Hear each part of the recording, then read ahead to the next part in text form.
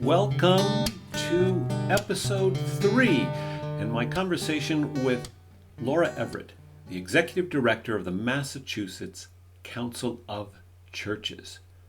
This conversation is going to happen in 2 parts. So this podcast is part 1 of my conversation with Laura, and then we're going to stop and take a break, and we're going to do part 2. You probably want to do them in order if you haven't thought of that already. So Laura has been the executive director for about 6 or 7 years, and she is acquired a reputation around the country for somebody who is truly innovating, truly trying to find a new way for 100-plus-year-old institutions like State Council of Churches, find a new way in a new world. And she's written a book, an excellent book called Holy Spokes, which really deals with how do you build community, but it's focused around bicycling and cycling and urban spirituality, particularly her ventures as a cyclist in Boston. There's a separate YouTube interview that I did with her, and I'll link to that in the show notes. But let's not waste any more time, and let's get to part 1 of my conversation with Laura Everett. I've been the executive director of the Mass Council of Churches for 6.5 years now, and I get to go around and visit many different kinds of congregations, many different ways Christian community is configured. And that's meant I've been able to see many experiments, many things that are working, many things that are not working. But I've become convinced of 2 things. One is that churches that are thriving, Christian communities that are thriving, are deeply invested in the world outside of themselves. I'm not telling you anything you don't know, but it's significant enough to say that regardless of size, financial resources, whether they have a building or not, Christian communities that are thriving are both caring for their own people and caring for the world around them, offering some sort of witness to a transformative love. That can be in a soup kitchen, that can be in a shared worship space, that can be in a community garden, that can be in a medical ministry, that can be in visiting people. There are 1,000 ways to do it, and the particularity of that means that each church really needs to notice what is the present need in the community, and do we have ways to meet that? But I am convinced that it doesn't matter how much money you have, if you have a full-time pastor or not, or how many people you have, but that communities that are thriving are convinced that the flourishing of human community beyond their doors is of critical importance. Yeah, I'm so glad you said it. I'm so glad you said it that way, because that's exactly what I see. That is the theme. Yeah. And I've used the term, which I borrowed from somebody, and I can't remember who it was, externally focused. Mm-hmm. And it's not to say you're not caring for the people that are in your congregation, that you don't abandon that. But why do you exist? Who are you? Yeah. What is it all about? And so you're seeing the same thing I'm seeing. And like you said, it doesn't matter. Size is different. Yeah. You talked a little bit about, in your sermon, you had this kind of phrase about scrappy churches. Yes. Well, so let me say the other thing. So the 2 things I see when I visit churches are that churches that are thriving are externally focused.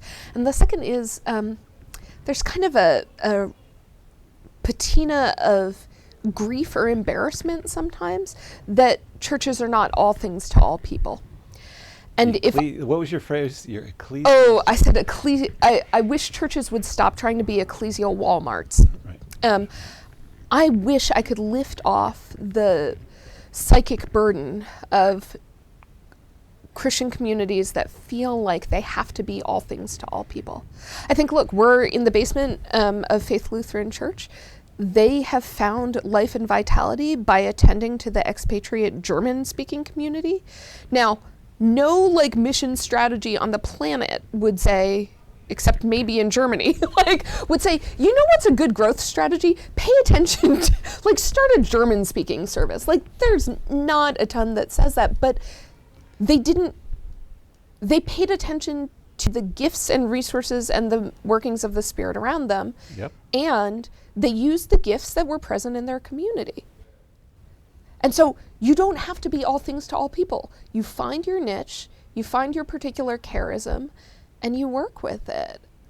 I think about a congregation I visited that was located next to one of the largest nursing homes in the state.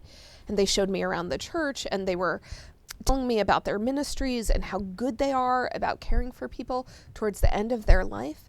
And they were so ashamed that they didn't have a robust Sunday school program. Now, this church had found its vocation. They knew what they were there to do, and their geography pointed them in a certain direction. But that church did not have to have a youth group. It was okay. And I think we're used to, for some parts of the church that remember a different era, there's a sense that church is a multi-source center. They had the bowling league. Yeah. They had the basketball league.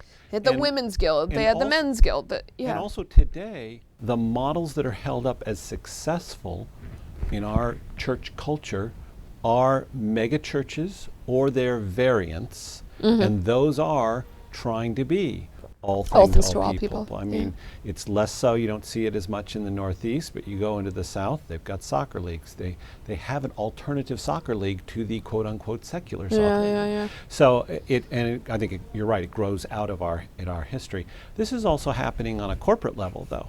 I mean, businesses, Walmart and Amazon, okay, but after that, right. And there was so the place where I take some inspiration for this is from a resurgence of local bookstores that are very particular and very niche. And everybody said, Amazon and Walmart and eBay are dominating this market.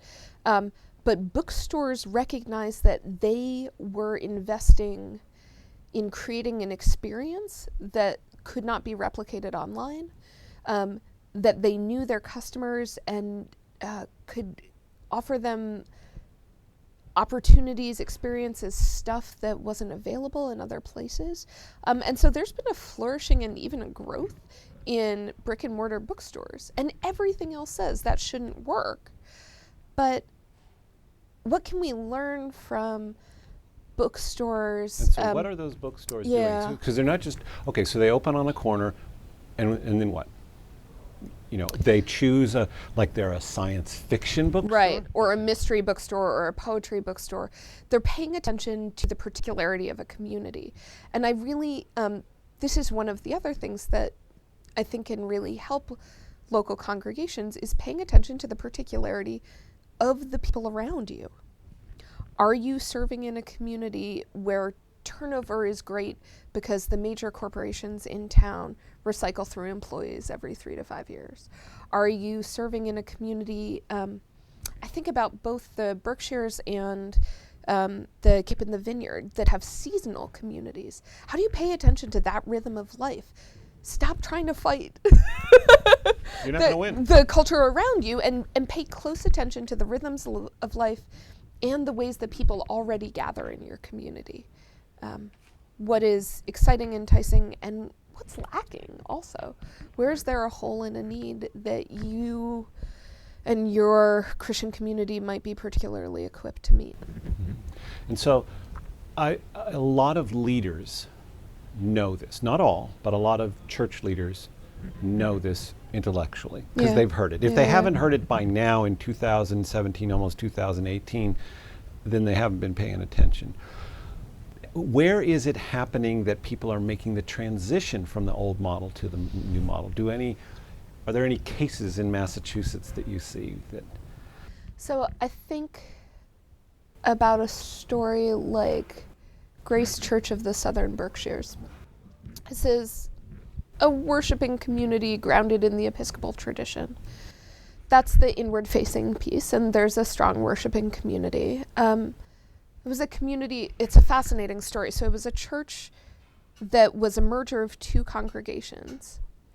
So that doesn't usually happen at a point of strength, but it's a merger of 2 congregations. And then the church building that they moved into, the rear wall of the church fell in and on top of the priest's car.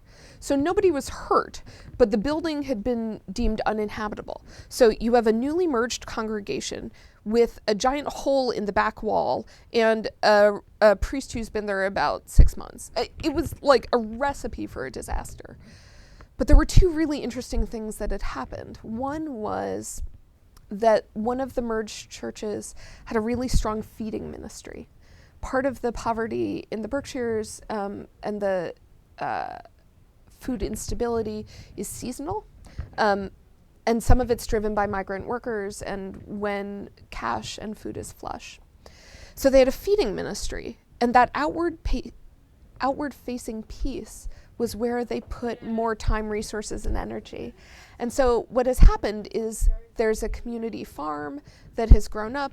A local farmer donated some land. A lay leader who had a second and third career as a farmer was a part of building this Gideon's Garden that invited the children of farm workers to do some farming, that was selling food and raising produce to go to the food pantry.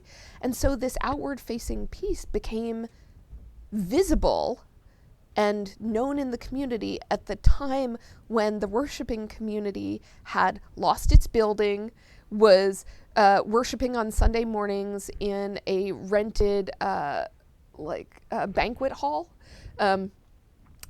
It's just such a story for me of noticing when God invites us, maybe out of our desperation, to pay attention to what's working, to invest in the outward-facing parts, to be flexible and creative in places where we don't think growth is possible.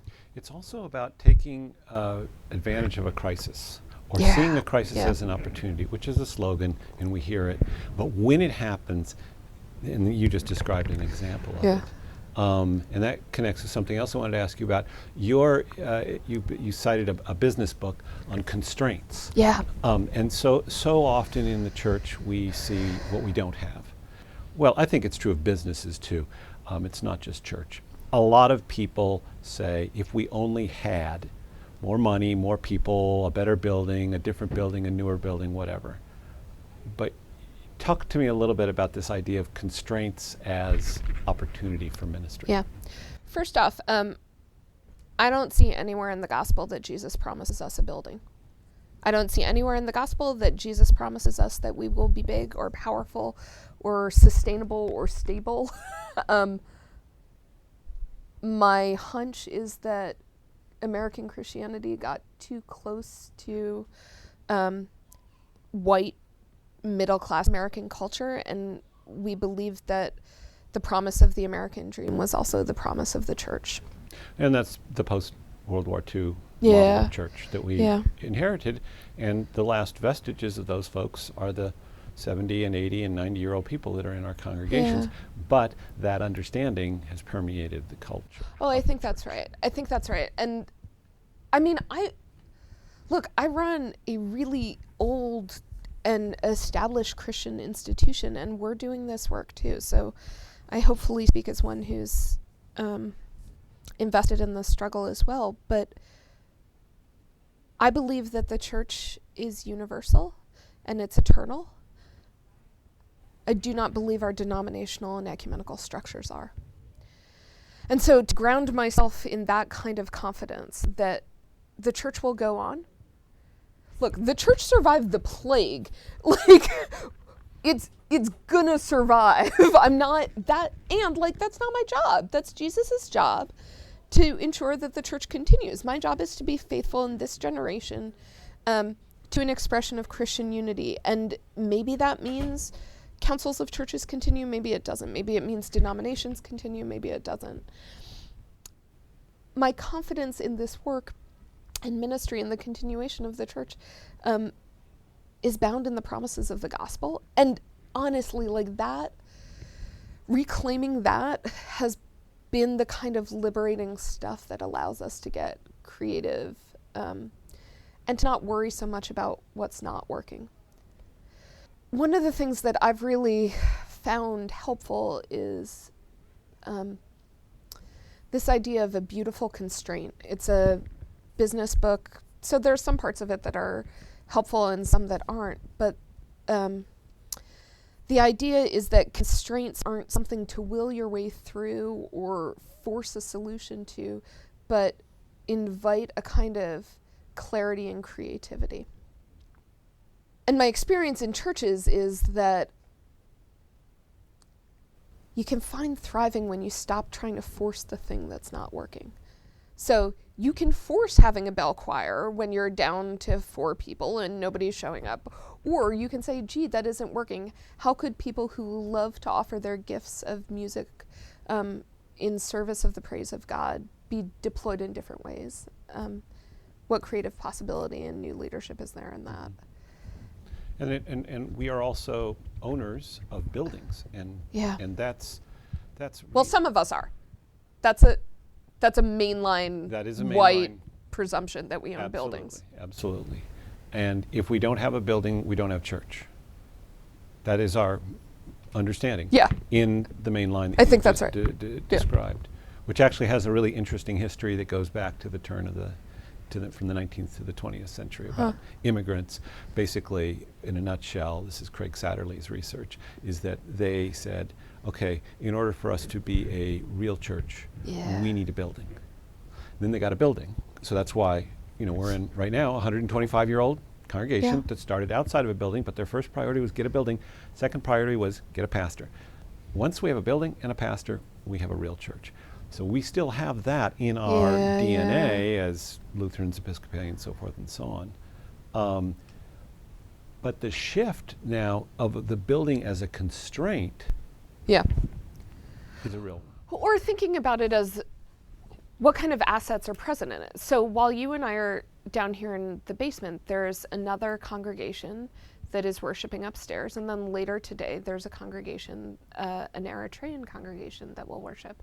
And so one of the things that I find hopeful and curious is the white or establishment ethnic congregations who are being invited into sharing space. Now, often that's done out of economic necessity, not necessarily out of ecumenical Irenic spirit. What possibilities does that open? Because you're cohabitating. And look, I live in an apartment in a city. It's tight living.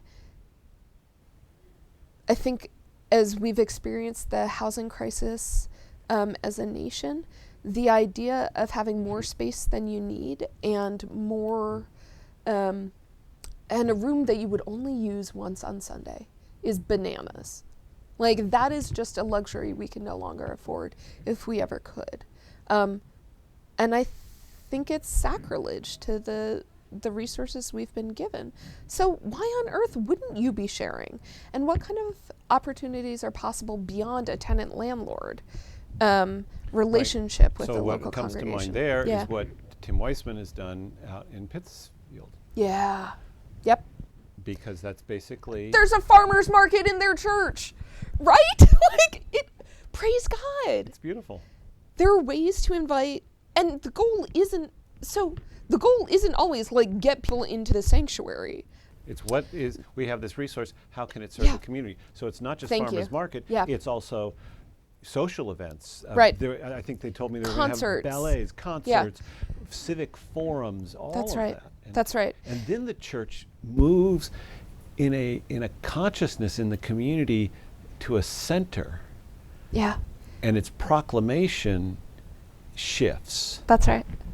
From just we're going to be doing this thing on Sunday morning with our people to now it's the center of all of the different aspects of the community. I'm going to be talking to Tim later on this podcast, but I think that's a movement in the direction. And I remember meeting a guy in the community who felt affinity towards a congregation, and he gave money to that congregation, and he said, that's my favorite church not to worship at. He didn't go to Sunday morning, and I believe worship of God is important, but this man saw that congregation was deeply engaged in the life and the thriving of the community around them. And so he was willing to support them financially. I think about St. John's Episcopal Church in Northampton, really interesting congregation, whose building is on the campus of Smith College, pays close attention to the life and rhythm of the student and faculty community. They hold a midnight breakfast during the Thursday of finals week where the congregation cooks for the beleaguered students.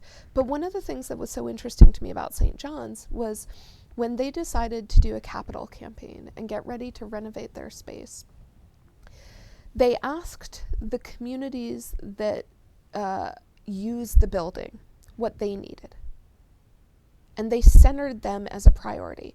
So the feeding program that had been run in partnership, but out of that church for a long time, said, you know what, it stinks to be serving people in the basement. And the church said, yeah, we want the people who are coming in for a warm meal to have a sense of the dignity and priority that we think they deserve. And so they moved the kitchen upstairs. Now, that was a decision that had some financial costs, but that also recenters that congregation as a church in the community, not just for the people who come on Sunday morning, but for the people who come for a warm meal in the middle of the week.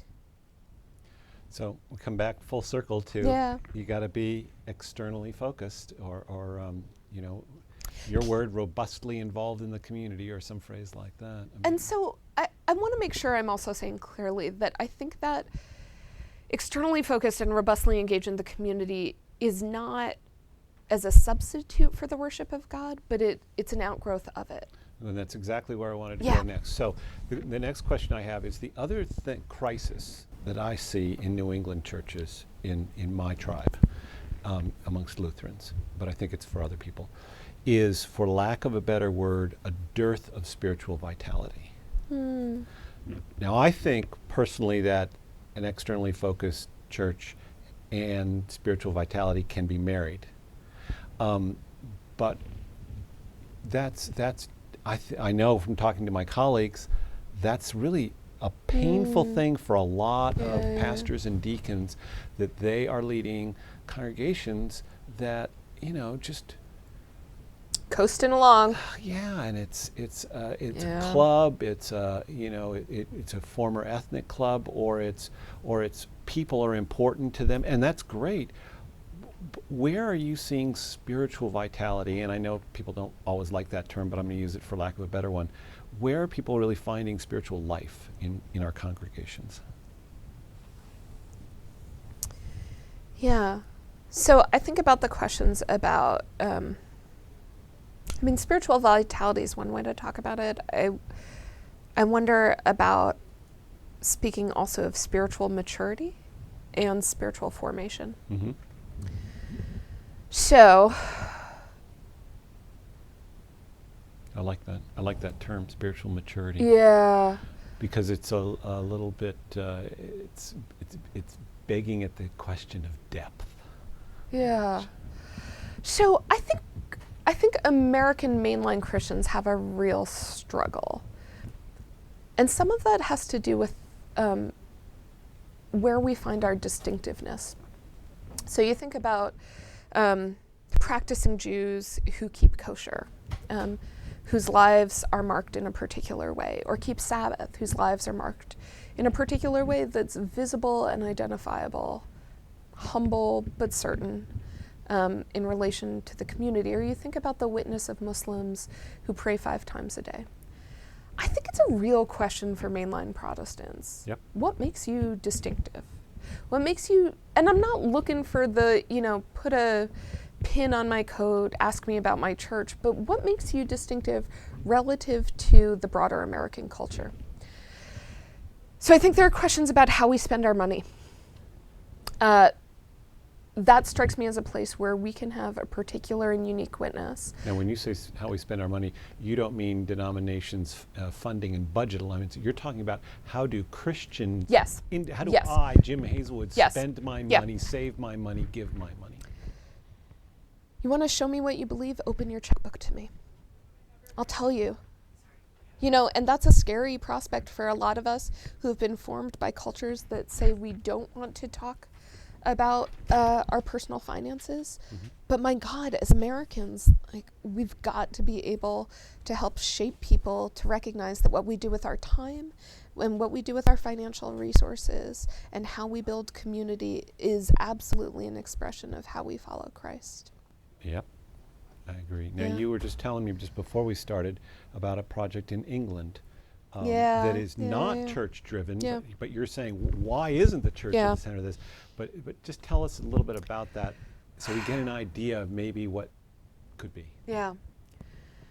I've been really interested by a number of the local food and local craft movements where people, often younger people, I'm rapidly aging out of that category, but folks are interested in learning some of the manual textile and domestic practices that might have been lost by prior generations. So you look at a growth in canning and preserving and sustainable eating, the local farming, the preserving.